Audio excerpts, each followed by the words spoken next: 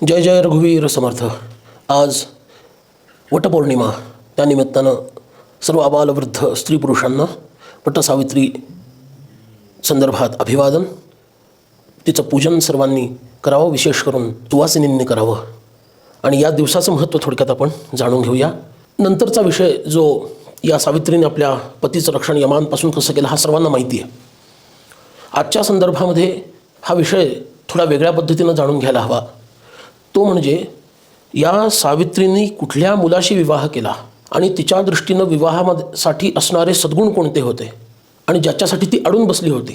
ही सावित्री म्हणजे प्रत्यक्ष सावित्री भगवती आहे, तिचंच अंश. तिची उपासना करूनच राजा अश्वपती यानं या देवीलाच अंशरूपात पुत्री म्हणून प्राप्त करून घेतलं. म्हणजे ही देवकन्याच आहे, पण क्षत्रियाच्या घरी जन्माला आली.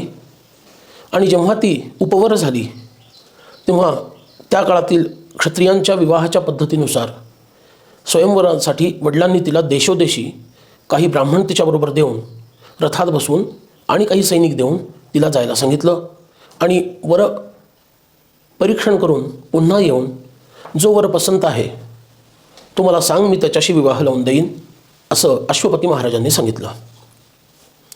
ही कन्या निघाली आणि देशोदेशीच्या राजांना, राजकुमारांना भेटली. संपूर्ण भारतवर्ष पाहून घेतला आणि परत आल्यानंतर तिने वडिलांना त्यांच्या कानात असं सांगितलं की असा एक राजकुमार आहे ज्याचं नाव सत्यवान, ज्याच्या वडिलांचं राज्य गेलेलं आहे. आई आणि वडील दोघेही म्हणजे राजा आणि राणी हे अंध झालेले आहेत आणि हा जंगलामध्ये त्यांना बरोबर घेऊन राहतो, कारण तो परागंदा झालेला आहे आणि मला त्याच्याशी विवाह करायचा आहे. राजाला आश्चर्याचा धक्का बसला, कारण त्याचं राज्य गेलेलं आहे, आई वडील त्याचे अंध आहेत आणि आई वडिलांच्या बरोबर तो राहतो आहे, त्यांची सेवा करतो आणि उदरनिर्वाहासाठी जंगलात जाऊन लाकूड तोडायचं वगैरे इतर काम करतो आणि एका छोट्या झोपडीत राहतो. त्याच्याकडं राहायची ही या मुलीची इच्छा आहे. अख्ख्या भारतवर्षातील इतर कुठलेही राजकुमार तिला पसंत पडले नाहीत, राजे पसंत पडले नाहीत आणि राज्य गमावलेला हा सत्यवान पसंत पडला. राजाने म्हटलं त्याच्यात काय एवढं पाहिलंस तू? तर तिने सांगितलं तो कधीही असत्य बोलत नाही, पहिला मुद्दा. दुसरा, तो मातृपितृभक्त आहे, हा दुसरा मुद्दा. आणि तिसरा मुद्दा म्हणजे तो जंगलात जाऊन सेवा करतोय, ते कर्म करण्यामध्ये त्याला कमीपणा वाटत नाही, हा तिसरा मुद्दा. आणि चौथा मुद्दा म्हणजे आपलं राज्य गेलं आहे, त्याचं दुःख त्याला नाही आहे, त्याचं चित्त शांत आहे. इतके सगळे सद्गुण त्याच्याकडे आहेत आणि म्हणून मला त्याच्याशी विवाह करायचा आहे. आणि ही चर्चा सुरू असतानाच नेमकी नारद मुनींची स्वारी आली. काय चर्चा चालू आहे वगैरे विचारल्यानंतर अश्वपतींनी सांगितलं माझी मुलगी असं असं म्हणतीये. तेव्हा नारदांनी ध्यान लावलं आणि सांगितलं आजच्याच तिथीला पुढच्या वर्षी हा सत्यवान मरणार आहे. आता विचार कर त्याच्याशी विवाह करायचा की नाही. तरीसुद्धा सावित्री आग्रह धरते आणि त्याच्याशीच विवाह करते आणि राजा तिचा विवाह लावून देतो, कारण त्यालाही माहिती आहे ही सामान्य कन्या नाही आहे, ही साक्षात देवकन्या आहे. आणि मग पुढे काय घडतं हा सगळा विषय मला त्यामध्ये जायचं नाही आहे, कारण तो विषय सगळ्यांना माहिती आहे. यमाशी कशी चर्चा करते आणि काय करते तो सगळा विषय, आणि त्याला यमापासून कसं मुक्त करते. माझा सांगण्याचा मुद्दा हा आहे की जेव्हा धर्मनिष्ठ जीवन माणूस विचार करतो तेव्हा तो अर्थनिष्ठेला तेवढंसं महत्त्व देत नाही. आजसुद्धा सावित्रीचं गुणगान सर्वत्र केलं जातं. तिचं स्मरण ही तर कृतयुगातील आहे.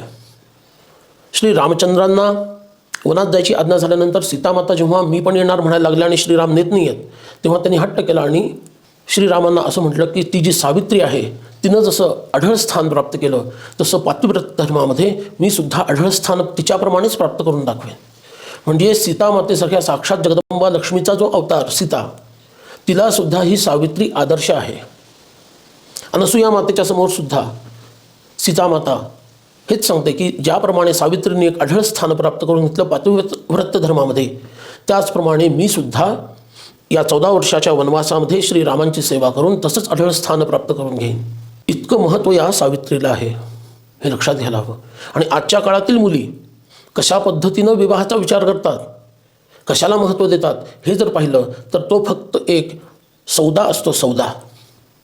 पैशाचंच महत्त्व आहे, न आपल्या वर्णाला किंमत आहे, न त्या मुलाच्या चारित्र्याचं काही संबंध तिला आहे, न सासू सासऱ्यांची सेवा करायची तयारी या मुलीची आहे. फक्त पैसा एके पैसा आणि उपभोग घ्यायची व्यवस्था झालेलं घर, बस एवढंच या मुलींना हवं आहे. तर या मुलींना या सावित्रीची कथा ऐकवा, तिचा आदर्श त्यांच्या डोळ्यासमोर ठेवा आणि पैशामध्येच सगळ्या गोष्टी मोजायच्या नसतात. धर्मनिष्ठा पण काही गोष्ट आहे, हे आमच्या मुलींवर बिंबवा आणि त्यानुसार या सद्गुणांना महत्त्व देऊन वर निश्चिती करण्यामध्ये त्यांना सहकार्य करा. जय जय रघुवीर समर्थ.